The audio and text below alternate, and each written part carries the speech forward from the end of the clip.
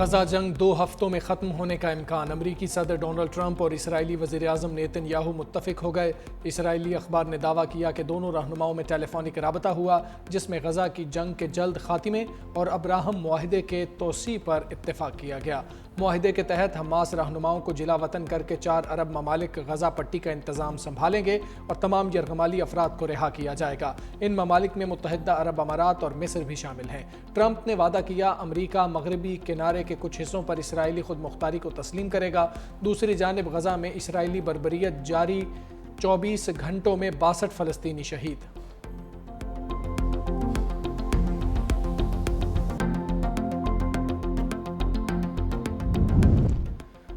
وزیر اعظم شہباز شریف اور امریکی وزیر خارجہ مارکو روبیو میں ٹیلی فونک رابطہ۔ تعلقات کو مزید مضبوط بنانے اور بڑھانے کے لیے مل کر کام جاری رکھنے پر اتفاق۔ دونوں رہنماؤں میں پرخلوص اور خوشگوار گفتگو۔ وزیر اعظم نے صدر ٹرمپ کی باہمت اور فیصلہ کن قیادت کو سراہا۔ پاک بھارت جنگ بندی میں امریکہ کے کلیدی کردار پر سیکرٹری روبیو کا شکریہ ادا کیا۔ شہباز شریف نے کہا پاکستان مشرق وسطی میں قیام امن کے لیے تعمیری کردار ادا کرتا رہے گا۔ سیکرٹری روبیو نے کہا کہ امریکہ خطے میں امن اور استحکام کے فروغ کے لیے پاکستان کے ساتھ مل کر کام کرنا چاہتا ہے۔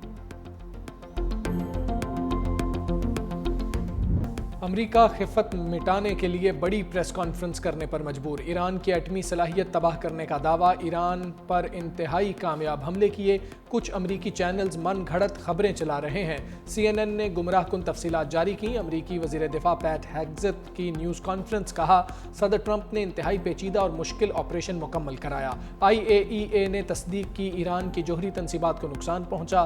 امریکی آپریشن کے نتیجے میں ایران اسرائیل جنگ بندی ہوئی۔ Chairman joint chiefs of staff general Dan Caine نے کہا قطر میں امریکی اڈے پر حملے کی خبر پہلے ہی مل گئی تھی، ایران کا بڑا حملہ ناکام بنایا۔ میڈیا بریفنگ کے دوران ایرانی تنصیبات پر حملوں کی ویڈیو بھی دکھائیں۔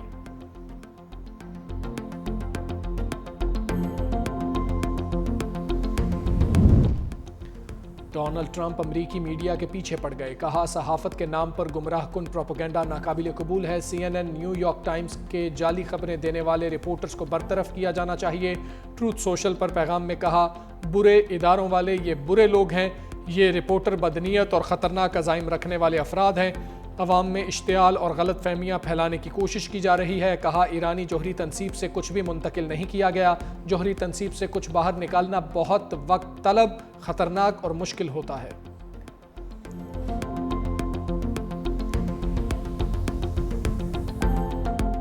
They failed to destroy the Iranian nuclear facilities. The Islamic Republic of Iran dealt a heavy blow to the American forces. Iranian armed forces have the capability to target and attack any position they desire at any point of time. The American military bases will come under our attack if forces direct any belligerence against Iran.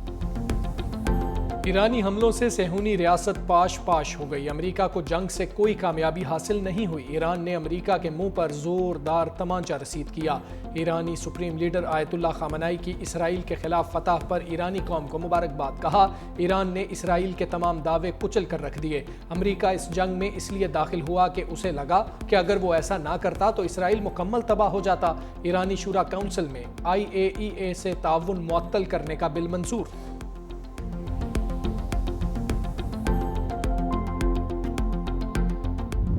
شکر ہے کہ جنگ بند ہو گئی اور اس کا جو مزید بے پناہ نقصان خدا نخواستہ پہنچ سکتا تھا نہ صرف ایران اور خطے میں نہیں پوری دنیا میں، تو ایک میں سمجھتا ہوں کہ لیکن اس میں یقیناً ایرانی جو قوم ہے انہوں نے پھر بڑی جرأت کا مظاہرہ کیا، بڑی بہادری کے ساتھ وہ جھکے نہیں، کسی طور پر بھی وہ اپنا پریشر قبول نہیں کیا اور انہوں نے کہا کہ باوقار طریقے سے یہ جنگ بند ہوگی۔ ایرانی قوم نے جرت اور بہادری سے مقابلہ کیا، پاکستان نے بھرپور انداز میں برادر ملک کی حمایت کی۔ شہباز شریف کا کابینہ اجلاس سے خطاب، کہا اللہ کا شکر ہے اسرائیل ایران جنگ رک گئی، تاریخ میں پہلی بار ایران نے کھلے دل سے پاکستان کا شکریہ ادا کیا۔ امریکی صدر نے فیلڈ مارشل کی کھلے دل سے تعریف کی، فیلڈ مارشل سید عاصم منیر کی صلاحیتوں کے معترف ہیں۔ بجٹ کی حمایت پر صدر آصف زرداری، بلاول بھٹو زرداری کا شکریہ ادا کرتا ہوں۔ وزیر خزانہ، ان کی ٹیم اور اتحادیوں کی کاوشیں بھی قابل قدر ہیں۔ کابینہ اجلاس میں وزیر اعظم اور فیلڈ مارشل کے خطے میں کشیدگی کم کرنے کے کردار کو سراہتے ہوئے متفقہ طور پر قرارداد منظور۔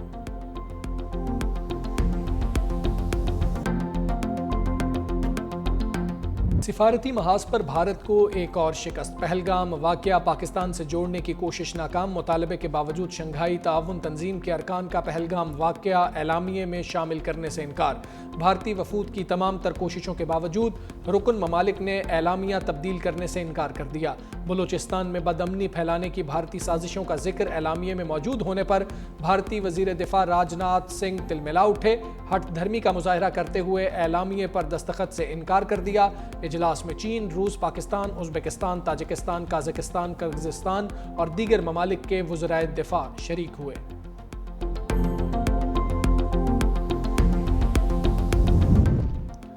دہشت گردی پوری دنیا کے لیے مشترکہ خطرہ ہے، اسے سیاسی مقاصد کے لیے استعمال نہ کیا جائے۔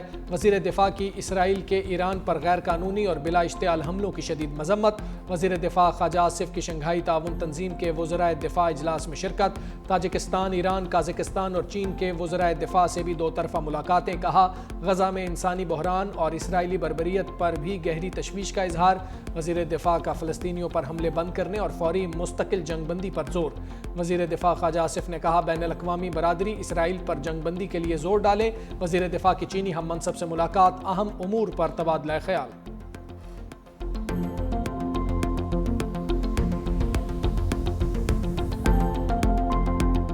پاکستان عالمی امن میں اہم کردار ادا کرنے کے لیے تیار، پاکستان جولائی میں اقوام متحدہ کی سلامتی کونسل کی صدارت سنبھالے گا۔ پاکستان کے مستقل مندوب عاصم افتخار کی اقوام متحدہ کے سیکرٹری جنرل سے ملاقات، سلامتی کونسل کی صدارت کے دوران پروگرام آف ورک سے آگاہ کیا۔ عاصم افتخار نے کہا رکن ممالک عالمی تنازعات کے پرامن حل کے لیے پرعزم ہیں، پاکستان سلامتی کونسل میں اپنی صدارت کو کھلے، شفاف اور مشاورتی انداز میں انجام دے گا۔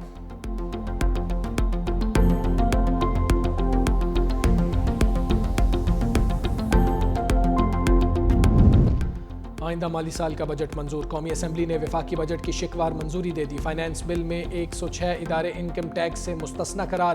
وفاقی بجٹ کا کل حجم 17,600 ارب روپے ہے۔ مجموعی آمدن کا تخمینہ 19,400 ارب روپے رکھا گیا ہے۔